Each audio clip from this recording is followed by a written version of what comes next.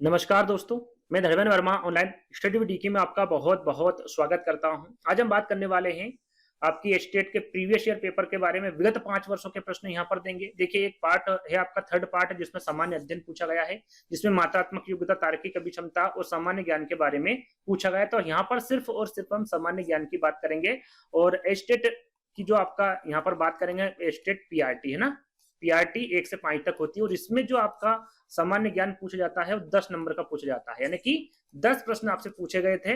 और ये जो पूछे गए थे 2018 से लगाकर 22 तक जो आपके प्रश्न होंगे वो इस वीडियो के माध्यम से आपको मिलेंगे, तो स्किप नहीं करना है। 10 प्रश्न यानी कि टोटल 5 वर्षों के, 18 से 22 तक 5 वर्ष होते हैं, यानी कि टोटल कितने प्रश्न मिलेंगे आपको यहाँ पर इस वीडियो के माध्यम से? 50 प्रश्न मिलेंगे। इससे पहले हम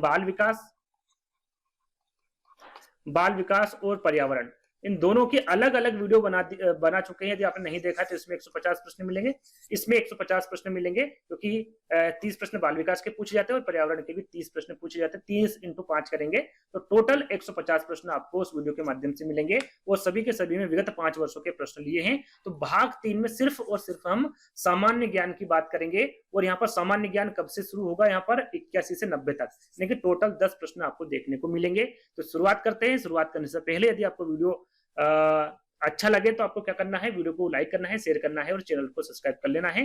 तो शुरुआत करते हैं। आपका पहला प्रश्न ये रहा और ये पेपर कौन सा होगा आपका? 2018 का होगा। कौन सा? 2018 का पहला प्रश्न आपका सामान्य अध्ययन का, कि पानीपत में 1857 की क्रांति का नेता कौन था? पानीपत में 1857 की क्रांति का नेता पूछा गया है। डायरेक्टली आंसर बताऊंगा, चारों विकल्पों को मैं यहाँ पर नहीं पढ़ूंगा। तो वो होंगे आपके इमाम अली कलंदर। ये आपके पानीपत में 1857 की क्रांति के नेता थे। पहला वाला विकल्प आपका करेक्ट होगा। दूसरा प्रश्न है, पंचकुला जिले में कितने वन्यजीव अभ्यारण्य है? यहाँ पर टोटल पूछा गया है कि पंचकुला जो जिला है उसमें कितने वन्यजीव अभ्यारण्य है, तो वो होंगे आपके 2। कितने? 2। पहला होगा खोलहाय रेटन वन्यजीव अभ्यारण्य और दूसरा होगा वीर शिकारगाह वन्यजीव अभ्यारण्य, है ना। ये 2 पंचकुला जिले में वन्यजीव अभ्यारण्य है। अगला प्रश्न, उस समूह को चिन्हित आपको करना है जिसके समस्त शहर मेट्रो परियोजना से जुड़े हैं। मेट्रो परियोजना से कौन कौन से शहर जुड़े हुए हैं हरियाणा में, वो आपको यहाँ पर बताना है। राइट आंसर आपका क्या होगा? वो आपका गुरुग्राम होगा, फरीदाबाद होगा और बहादुरगढ़ होगा। ये तीनों जो शहर है ये मेट्रो परियोजना से जुड़े हुए हैं। तो तीसरा वाला विकल्प आपका करेक्ट होगा। चलिए अगला प्रश्न, 2001 से 2011 के मध्य जो हरियाणा की 10 की जनसंख्या वृद्धि है उसके बारे में बताना। भाई कितनी है 10 की जनसंख्या वृद्धि कितनी हुई है 2001 से 2011 के बीच में?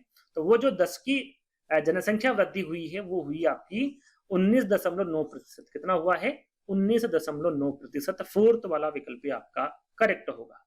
योध्याई गण की राजधानी कौन सी थी? इसके बारे में पूछा गया। योध्याई गण की राजधानी के बारे में पूछा गया है और राइट आंसर आपका क्या होगा? वो रोहतक होगा। क्या होगा? रोहतक। पहला वाला विकल्प आपका करेक्ट होगा। हरियाणा केसरी के रूप में कौन जाना जाता है? हरियाणा केसरी के रूप में पूछा गया है, कौन जाना जाता है? तो ये पंडित नेकीराम जाने जाते। कौन? पंडित नेकीराम। तीसरा वाला विकल्प आपका करेक्ट होगा। महाराणा प्रताप बागवानी विश्वविद्यालय स्थित है। यहाँ पर जो महाराणा प्रताप बागवानी विश्वविद्यालय है ये कहाँ पर स्थित है? ये पूछा गया है। राइट आंसर होगा ये करनाल जिले में स्थित है। कहाँ पर? करनाल जिले में, है ना। फोर्थ वाला विकल्प आपका सही होगा।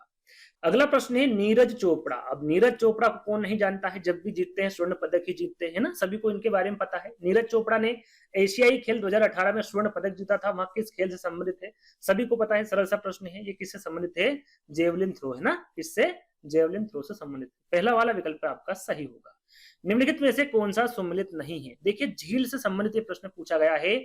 चाहे आप 2018 का पेपर ले लीजिए, 19 का ले लीजिए, 20 का, 21 का, 22 का, एक एक करके मैं बताऊंगा। सभी में झील से संबंधित प्रश्न पूछा गया है और वो भी सम्मिलित करते समय, यानी कि इसी प्रकार से प्रश्न पूछा गया है। तो एक वीडियो अलग से मैं ला दूंगा जिसमें सभी झील आपको मिल जाएगी हरियाणा की, है ना। तो यहाँ पर कौन सा जो विकल्प है वो सम्मिलित नहीं है, इसके बारे में पूछा गया है। तो यहाँ पर आपका सही आंसर होगा चंदलाई झील। देखिए, यहाँ पर जो बड़झल झील है याद रखिएगा ये फरीदाबाद में है। खलीलपुर झील ये गुरुग्राम में है। कर्ण झील ये करनाल में है। लेकिन जो चंदलाई झील है ये झंझर में नहीं। कहां पर? झंझर में नहीं, ये कहां पर है? जयपुर में है। कहां पर है? जयपुर में है और यहाँ पर कौन सा सम्मिलित नहीं है, ये पूछा गया था। तो तीसरा वाला विकल्प आपका करेक्ट होगा। ये तीनों जरूर याद कर लीजिएगा, है ना, याद रखिएगा। बड़झल झील फरीदाबाद में है, खलीलपुर झील गुरुग्राम में है और करण झील करनाल में, है ना। तो यहाँ पर तीसरा वाला विकल्प आपका करेक्ट होगा। चलिए यहाँ पर अंतिम प्रश्न है 2018 का आपका, कि हरियाणा में कितने प्रशासनिक उपखंड, प्रशासनिक उपखंड पूछा गया है। तो यहाँ पर सही आंसर होगा 73। कितने हैं हरियाणा में प्रशासनिक उपखंड? 73 है। तो ये रहा आपका 2018 का पेपर, है ना। अब 19 की बात करते हैं। ये रहा आपका 19 का पेपर, 2019 का ये पेपर है आपका, यहाँ लिख देता हूं मैं, है ना। और इसमें प्रश्न पूछा गया था आपका पहला, तिल यार झील कहाँ स्थित है। देखिए डायरेक्टली पूछा गया है, लेकिन जो सही जोड़ी मिलान है या फिर कौन सा सम्मिलित नहीं, इस प्रकार से प्रश्न भी आगे आपसे पूछा जाएगा। तिल यार झील के बारे में पूछा गया है, कहां पर स्थित है? गुरुग्राम में, रोहतक में, जिंद में या फिर फरीदाबाद में। तो आपका सही आंसर क्या होगा? यह रोहतक में स्थित है आपकी तिल यार झील, है ना। तो सेकंड वाला विकल्प आपका सही होगा। अगला प्रश्न है आपका कि हरियाणा साहित्य अकादमी की पत्रिका है, जो हरियाणा साहित्य अकादमी की पत्रिका, ये हरिगंधा है, कौन सी है इसके बारे में पूछा गया है। तो इसका करेक्ट आंसर क्या होगा आपका? हरिगंधा। हरियाणा साहित्य अकादमी की पत्रिका कौन सी होगी आपकी? हरिगंधा होगी। चलिए अगला प्रश्न, अभी हाल ही में तिरुपति बालाजी मंदिर कहाँ बनाया गया था? ये 2018 की बात है, 2019 की बात है ना। अभी हाल ही में तिरुपति बालाजी मंदिर कहाँ पर बनाया गया था? तो राइट आंसर आपका क्या होगा? कुरुक्षेत्र में। कहां पर? कुरुक्षेत्र में बनाया गया था। चलिए अगला प्रश्न है आपका, नाहर वन्यजीव अभ्यारण्य कहाँ स्थित है? नाहर वन्यजीव अभ्यारण्य, देखिए वन्यजीव अभ्यारण्य से भी प्रश्न आपके हर साल पूछे गए हैं, तो इस पर भी एक वीडियो बना दूंगा, है ना। वीडियो को सभी को देखना है, शेयर करना है, जो भी स्टेट की तैयारी कर रहे हैं उनका भी यहाँ पर फायदा हो जाएगा, उनको भी पता चल जाएगा किस प्रकार के स्टेट में प्रश्न पूछे जाते हैं। तो नाहर वन्यजीव अभ्यारण्य ये कहाँ पर स्थित है? तो ये आपकी रेवाड़ी में स्थित है। कहां पर? रेवाड़ी में स्थित है। साहिब नदी निम्नलिखित में से किस जिले में नहीं बहती है? हर बार प्रश्न को ध्यान से पढ़ना है ना। यहाँ पर नेगेटिव और पॉजिटिव का ध्यान रखना है। साहिब नदी किस जिले में नहीं बहती है, इसके बारे में पूछा गया है। तो रोहतक, रोहतक जिले में नहीं बहती है साहिबी नदी, है ना। रेवाड़ी, झंझर और गुरुग्राम, इन तीनों जिलों में बहती है आपकी साहिबी नदी, रोहतक में नहीं बहती है। चलिए अगला प्रश्न है, हरियाणा के प्रथम गैर कांग्रेसी मुख्यमंत्री के बारे में पूछा गया है कि हरियाणा के प्रथम गैर कांग्रेसी मुख्यमंत्री कौन थे? राइट आंसर आपका होगा यहाँ पर राव बीरेंद्र सिंह, है ना। राव बीरेंद्र सिंह ये क्या? प्रथम गैर कांग्रेसी मुख्यमंत्री थे हरियाणा के। तीसरा वाला विकल्प आपका करेक्ट होगा। अगला प्रश्न, हरियाणा के 13वीं विधानसभा के अध्यक्ष कौन थे? 13वीं विधानसभा के अध्यक्ष पूछा गया है, और राइट आंसर आपका होगा कंवरपाल। कौन थे ये? 13वीं विधानसभा के अध्यक्ष थे आपके कंवरपाल। तो सेकंड वाला विकल्प आपका करेक्ट होगा। चलिए अगला प्रश्न है, सुल्तानपुर नेशनल पार्क के बारे में यहाँ पर 2 विकल्प दिए हुए हैं, उन पर विचार करना है और बताना है कि इनमें से कौन सा कथन सत्य है ना। सत्य कथन बताना है सुल्तानपुर नेशनल पार्क के बारे में। इसे वर्ष 1991 में राष्ट्रीय उद्यान के रूप में क्रमोन्नत किया गया था। तो बिल्कुल करेक्ट है आपका पहला विकल्प। इसे 1991 में राष्ट्रीय उद्यान के रूप में क्रमोन्नत किया गया था, बिल्कुल करेक्ट है। दूसरा विकल्प है आपका, यह अपने प्रवासी पक्षियों के लिए प्रसिद्ध है। बिल्कुल, जो सुल्तानपुर नेशनल पार्क है ये अपने प्रवासी पक्षियों के लिए ही प्रसिद्ध है, यानी कि ए और बी दोनों ही सही है। अब कौन से विकल्प में ये देखना है। ये देखिए फोर्थ वाले विकल्प में लिखा हुआ कि ए और बी दोनों सत्य है, यानी कि फोर्थ आपका करेक्ट होगा। चलिए अगला प्रश्न है, यहां पर भी देखिए आपको सम्मिलित करना है, और एक तरफ स्मारक दे रखा हुआ है और एक तरफ स्थान दे रखा हुआ है, लेकिन यहाँ पर कूट में आपको आंसर देना है कि विकल्प इस प्रकार से होंगे, है ना। इसमें आपको आंसर देना है तो कौन सा स्मारक कहां पर स्थित है, इस प्रकार से आपको सम्मिलित करना है। तो शेख चिल्ली का जो मकबरा है ये कहां पर स्थित है? तो बिल्कुल ये थानेसर में। कहां पर है? थानेसर में। तो यहाँ पर लिख लेते ए बी सी और डी। ए का क्या होगा आपका? फर्स्ट हो गया, है ना। और गुजरी महल ये कहां पर है? तो आपका बिल्कुल गुजरी महल भी आपका हिसार में स्थित है। और इब्राहिम लोदी का यहाँ पर पहले हम लिख लेते हैं ताकि किसी प्रकार का कंफ्यूजन हमें ना रहे। इब्राहिम लोदी का मकबरा पानीपत, ये भी बिल्कुल सही पानीपत में है, ये भी आपका थर्ड हो गया। और शीश महल फरूख नगर, तो ये भी फरूख नगर में है शीश महल। देखिए हूबहू दे दिया गया है ना, तो यहाँ पर किसी प्रकार का मेल आप यदि 1 या 2 भी आपको पता है तो आप यहाँ पर इस स्मारक और स्थान को सम्मिलित कर सकते हैं, सही जोड़ी का मिलान कर सकते हैं, यानी कि आपका ए बी सी डी 1 2 3 4 इसी प्रकार से आपके आंसर होंगे। तो यहाँ पर देखेंगे तो आपका सही आंसर होगा 1 2 3 4, यानी कि तीसरा वाला जो विकल्प होगा वो करेक्ट होगा। चलिए अंतिम प्रश्न की ओर अग्रसर होंगे। 2019 का यह अंतिम प्रश्न है आपका। प्रसिद्ध गजल गायिका जोहराबाई संबंधित थी, किससे संबंधित थी भाई? प्रसिद्ध गजल गायिका जोहराबाई। तो राइट आंसर आपका होगा ये अंबाला से संबंधित थी। कहां से? अंबाला से। पहला वाला विकल्प आपका क्या होगा? करेक्ट होगा। चलिए अब हम यहां पर 2020 के पेपर की बात करेंगे। लिख देता हूं यहां पर कौन सा पेपर है ये, 2020 का पेपर है ना। और ये 2020 का पहले पेपर का पहला प्रश्न रहा। 2019 में संपन्न हुए विधानसभा चुनाव में प्रत्याशी या फिर उम्मीदवार के लिए व्यय की अधिकतम सीमा थी। यहाँ पर व्यय की, यदि ये चुनाव होते हैं जैसे कि विधानसभा चुनाव हुए थे 2019 में, उसमें जो उम्मीदवार खड़ा होता है उसके लिए कितना वो खर्च कर सकता है अधिक से अधिक पैसे, उसके बारे में यहाँ पर पूछा गया था। राइट आंसर होगा 28 लाख, है ना। ज्यादा से ज्यादा वो कितने लाख रुपए खर्च कर सकता है? 28 लाख रुपए खर्च कर सकता है। तीसरा वाला विकल्प आपका करेक्ट होगा। दूसरा प्रश्न, किस वर्ष हरियाणा विधानसभा की अधिकतम कुल संख्या 90 की गई थी? यहाँ पर देखिए हरियाणा की जो विधानसभा है उसकी अधिकतम कुल संख्या 90 की गई थी। कब की गई थी इसके बारे में पूछा गया, किस वर्ष की गई थी? तो ये आपकी की गई थी 1977 में। कब? 1977 में। अगला प्रश्न है, निम्नांकित में से कौन सा सबसे छोटा वन्य अभ्यारण्य है? यहाँ पर सबसे छोटा वन्य जीव अभ्यारण्य पूछा गया है आपका हरियाणा में, है ना। तो राइट आंसर आपका क्या होगा? छिलछिला। जो छिलछिला वन जीव अभ्यारण्य है ये सबसे छोटा अभ्यारण्य है आपका हरियाणा का। तो पहला वाला विकल्प आपका क्या होगा? करेक्ट होगा। अगला प्रश्न है, सुश्री सोनिया लाठेर किस खेल से संबंधित है? यहाँ पर सोनिया लाठेर के बारे में पूछा गया है। ये किस खेल से संबंधित है? तो राइट आंसर होगा मुक्केबाजी। किससे संबंधित है ये? मुक्केबाजी से संबंधित है सुश्री सोनिया लाठेर। 84 का 4 आपका राइट आंसर होगा। चलिए अगला प्रश्न है, यहाँ पर देखिए निम्नलिखित में से कौन सा एक सही युग में, फिर यहाँ पर झील दे दिया गया है। जैसा कि मैंने आपको बताया था कि हर जो पेपर आपका हुआ 2018 से 22 तक, हर पेपर में आपको देखने को मिलेगा एक प्रश्न झील से संबंधित। तो यहाँ पर आपको सही युग्म का चयन, कौन सा सही युग्म नहीं है ये आपको बताना है ना।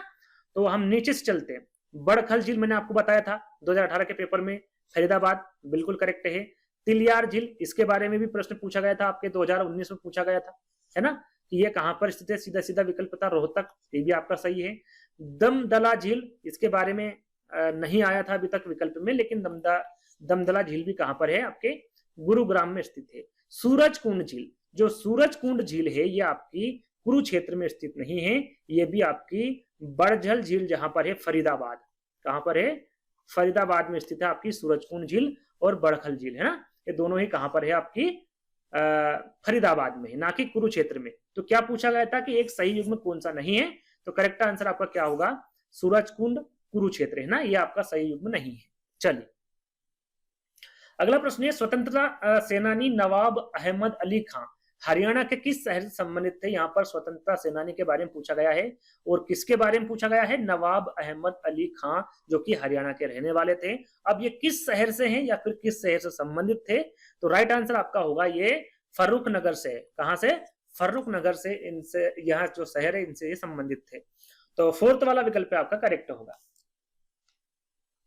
अगला प्रश्न है, हरियाणा का निम्नलिखित में से वो कौन सा जिला है जो अपनी सीमा किसी अन्य राज्य के साथ साझा नहीं करता है?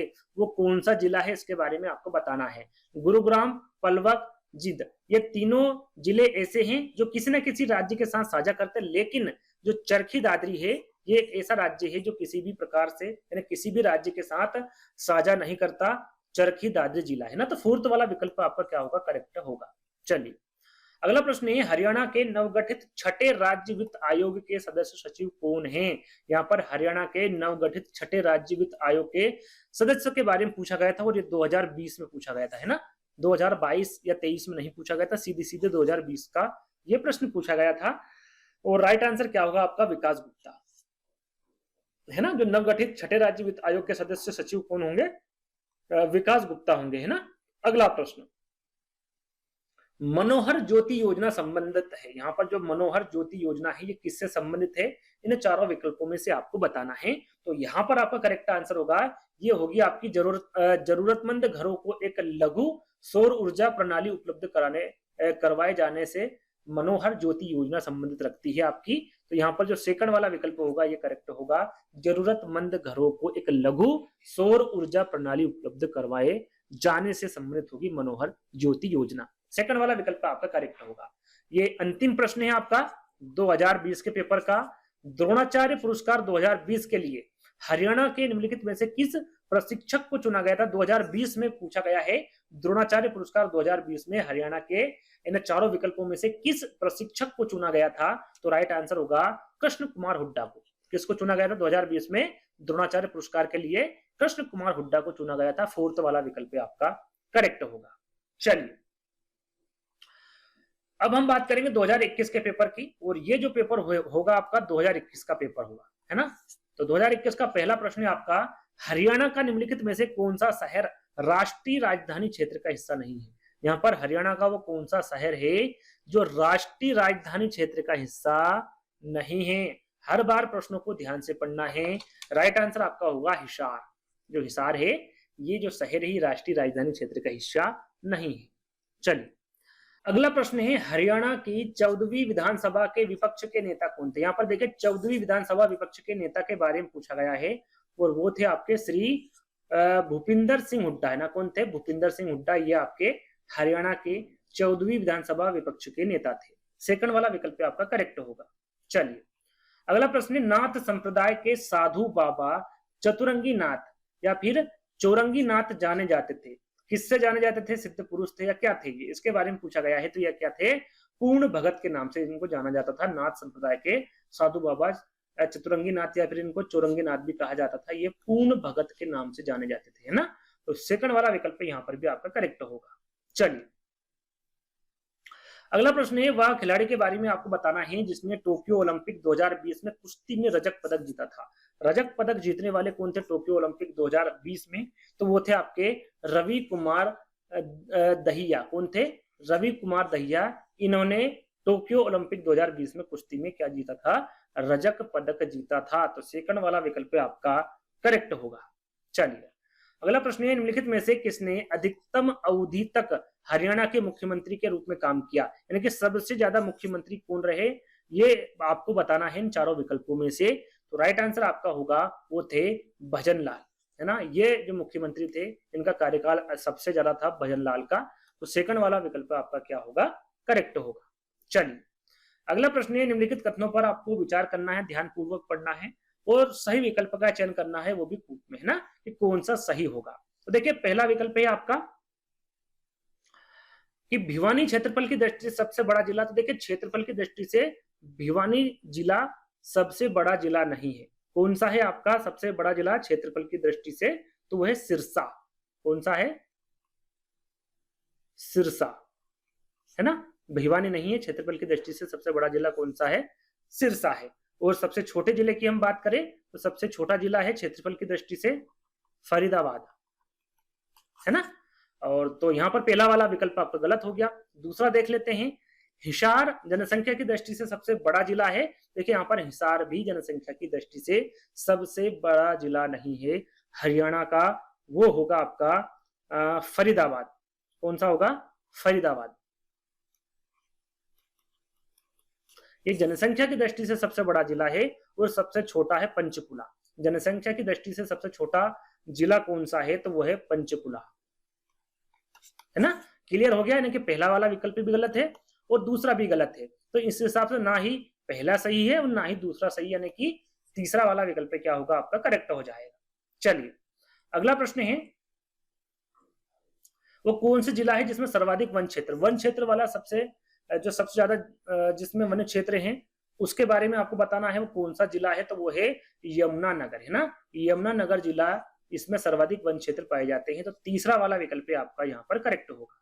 चलिए अगला प्रश्न है, हरियाणा में राष्ट्रीय पशु अनुवांशिकी संस्थान किस जिले में स्थित है? यहाँ पर राष्ट्रीय पशु अनुवांशिकी संस्थान के बारे में पूछा गया है कि हरियाणा के किस जिले में स्थित है। राइट आंसर आपका होगा ये करनाल में है। कहां पर है? राष्ट्रीय पशु अनुवांशिकी संस्थान ये करनाल जिले में स्थित है। सेकंड वाला विकल्प आपका करेक्ट होगा। अगला प्रश्न, यहाँ पर देखिए एक तरफ मंडल दिए हुए हैं, एक तरफ जिला है ना, कौन सा मंडल किस जिले में स्थित है, और यहाँ पर आंसर किस में देना है, कूट में आपको देना है ना, कूट में आंसर यहाँ पर आपको देना है। शुरू में हिसार, फिर है गुरुग्राम, फिर है अंबाला, फिर है रोहतक। देखिए हिसार जो है, हिसार जो मंडल है ये कहाँ पर कौन से जिले में है इसके बारे में आपको बताना है, तो ये है आपका सिरसा में। कहाँ पर है, सिरसा में है। गुरुग्राम की हम बात करें तो ये आपका है महेंद्रगढ़ में, है ना। अंबाला की हम बात करें तो अंबाला है आपका पंचकुला में, और रोहतक की हम बात करें तो रोहतक है आपका सोनीपत में। कहां पर है, सोनीपत में। तो इस हिसाब से आपका सही आंसर क्या होगा, चौथा, तीसरा, पहला और दूसरा। 4 3 1 2 कहां पर है, 4 3 1 2 हम देख लेते हैं। 4 3 1 2 तीसरे वाले विकल्प में है, और यही आपका क्या होगा, करेक्ट आंसर होगा। चलिए अगला प्रश्न है, निम्नलिखित में से कौन सा जोड़ा सही नहीं है। देखिए यहाँ पर फिर झील के बारे में पूछा गया है ना, झील के बारे में सभी पेपर में पूछा गया है, और बड़खल झील के बारे में मैंने आपको बताया था, है ना। तीनों जो पेपर मैंने अभी इसके पहले बताए उसमें पूछा गया था। फरीदाबाद बिल्कुल करेक्ट है आपका, फरीदाबाद, है ना। उसके बाद है आपका भिंडावाद झील, ये भी झंझर में स्थित है, ये भी आपका बिल्कुल करेक्ट है। बुलबुल झील आपका जिंद में है, ये भी बिल्कुल सही है। लेकिन जो चंदेली झील है, कौन सी, चंदेली झील, ये आपकी गुरुग्राम में स्थित नहीं है। कहां पर स्थित नहीं है, गुरुग्राम में। कहां पर है, मेवात में। कहां पर है ये, मेवात में स्थित है, ना कि गुरुग्राम में। और यही हमसे पूछा गया था भाई कि कौन सी झील का जोड़ा सही नहीं है, तो तीसरा वाला विकल्प क्या होगा आपका, करेक्ट होगा। तो ये जो पेपर था आपका, ये 2021 का था। किसका पेपर था, 2021 का। अब हम यहां पर बात करेंगे 2022 के पेपर की। ये रहा 2022 का पेपर है, और उसका पहला प्रश्न है आपका कि हरियाणा की सबसे ऊंची पहाड़ी श्रृंखला मोरनी हिल से स्थित है। यहाँ पर देखिए दो प्रश्न बन रहे, सबसे ऊंची पहाड़ी श्रृंखला कौन सी हरियाणा की, तो वह है मोरनी हिल्स। कहां पर है, जिले की बात करें कहां पर स्थित है, यहाँ पर चारों विकल्पों में से, तो राइट आंसर क्या होगा आपका, पंचकुला में। याद रखेगा, है ना। और एक किसमें है, हरियाणा की है सबसे ऊंची पहाड़ी श्रृंखला मोरनी हिल्स, जो कि पंचकुला में स्थित है। तो पहला वाला विकल्प आपका करेक्ट होगा। अगला प्रश्न है, गुरुग्राम महानगरी विकास प्राधिकरण की स्थापना कब की गई थी। गुरुग्राम महानगरी विकास प्राधिकरण की स्थापना पूछी गई है, तो ये की गई थी 2017 में, वर्ष 2017 में इसकी स्थापना की गई थी। अगला प्रश्न है, निम्नलिखित में से कौन सा मंदिर कैथल में स्थित है। कैथल में कौन सा मंदिर स्थित है भाई, हरियाणा में। तो यहाँ पर आपका सही आंसर होगा आपका अंबकेश्वर महादेव मंदिर। ये जो अंबकेश्वर महादेव मंदिर है, ये कैथल में स्थित है। कहां पर है, कैथल में। तीसरा वाला विकल्प आपका करेक्ट होगा। अगला प्रश्न देख लेते हैं, हरियाणा लोक सेवा आयोग के बारे में आपको चारों विकल्पों में से कथनों को चुनना है, और कौन सा सही है इसके बारे में कूट में आंसर देना है ना। तो पहला विकल्प देख लेते हैं हम। पहला विकल्प क्या है कि आयोग में एक अध्यक्ष तथा अधिकतम 8 सदस्य होते हैं। तो यहाँ पर देखिए लोकसभा आयोग के बारे में पूछा गया हरियाणा के, तो यहाँ पर एक अध्यक्ष और अधिकतम 8 सदस्य होते हैं, बिल्कुल करेक्ट है। दूसरा विकल्प देख लेते हैं भाई, दूसरा विकल्प क्या कह रहा है कि अध्यक्ष तथा अन्य सदस्यों की नियुक्ति हरियाणा के राज्यपाल द्वारा की जाती है, बिल्कुल करेक्ट है, राज्यपाल के द्वारा ही की जाती है। यानी कि पहला और दूसरा दोनों ही करेक्ट विकल्प हैं। तो इस हिसाब से पहला और दूसरा दोनों सत्य, यानी कि फोर्थ वाला जो विकल्प होगा वो आपका करेक्ट होगा। चलिए 1857 का नायक जिसकी मृत्यु काबुल में हुई थी वो कौन था, तो वो कौन था आपका, राव तुलाराम था, है ना। ये 1857 के नायक थे जिनकी मृत्यु कहां पर हुई थी, काबुल में हुई थी। तो सेकंड वाला विकल्प आपका करेक्ट होगा। चलिए अगला प्रश्न है, परिवार पहचान पत्र योजना के बारे में यहाँ पर दो विकल्प दिए हुए हैं, और कूट में ही आपको आंसर देना है। तो वही पहला विकल्प पढ़ लेते हैं, योजना के तहत हरियाणा के समस्त परिवारों का अधिकृत एवं विश्वसनीय डेटाबेस तैयार किया जा रहा है, बिल्कुल करेक्ट है। परिवार पहचान पत्र योजना के तहत हरियाणा के समस्त परिवारों का अधिकृत एवं विश्वसनीय डेटाबेस तैयार किया जा रहा है, पहला वाला विकल्प करेक्ट है। दूसरा देख लेते हैं, समस्त मौजूदा योजनाएं जैसे कि विभिन्न छात्रवृत्तियां तथा सब्सिडी परिवार पहचान पत्र से जोड़ी जाएगी, तो बिल्कुल करेक्ट है। इस प्रकार से काम किया जाएगा, यानी कि यहाँ पर भी पहला और दूसरा विकल्प करेक्ट होगा। पहला और दूसरा यानी कि यहाँ पर भी कौन सा विकल्प होगा, फोर्थ वाला करेक्ट होगा। चलिए हरियाणा के मुख्य सूचना आयुक्त कौन है, यहाँ पर हरियाणा के मुख्य सूचना आयुक्त के बारे में पूछा गया है, कौन है, तो वो होंगे आपके श्री विजयवर्धन। कौन होंगे, श्री विजयवर्धन होंगे, है ना। अगला प्रश्न, हरियाणा के राज्य चुनाव आयुक्त कौन है? हरियाणा के राज्य चुनाव आयुक्त के बारे में पूछा गया है, तो वो होंगे आपके धनपत सिंह। कौन होंगे? धनपत सिंह होंगे। खोड़िया नृत्य हरियाणा के किस अवसर पर किया जाता है? खोड़िया नृत्य हरियाणा के किस अवसर पर किया जाता है? राइट आंसर होगा शादी के अवसर पर। जो खोड़िया नृत्य है ये हरियाणा में शादी के अवसर पर किया जाता है। सेकंड वाला विकल्प आपका करेक्ट होगा। और ये 2022 का अंतिम प्रश्न है और इस वीडियो का भी अंतिम प्रश्न है, क्योंकि यहीं पर आपके 50 प्रश्न समाप्त हो जाएंगे। केंद्रीय भेड़ प्रजनन फार्म स्थित है। केंद्रीय भेड़ प्रजनन फार्म कहां पर स्थित है? तो ये आपका हिसार में स्थित है। कहां पर? हिसार में स्थित है केंद्रीय भेड़ प्रजनन फार्म। तो यहाँ पर आज के आपके 50 प्रश्न समाप्त हुए, जो कि सामान्य अध्ययन में पूछे गए थे 2018, 19, 20, 21 और 22 में। तो आज का वीडियो आपको कैसा लगा? अच्छा लगे तो वीडियो को लाइक करना है, शेयर करना है, चैनल को सब्सक्राइब कर लेना है। जल्द ही दोस्तों इसके अगले पार्ट में मिलेंगे, जब तक के लिए धन्यवाद।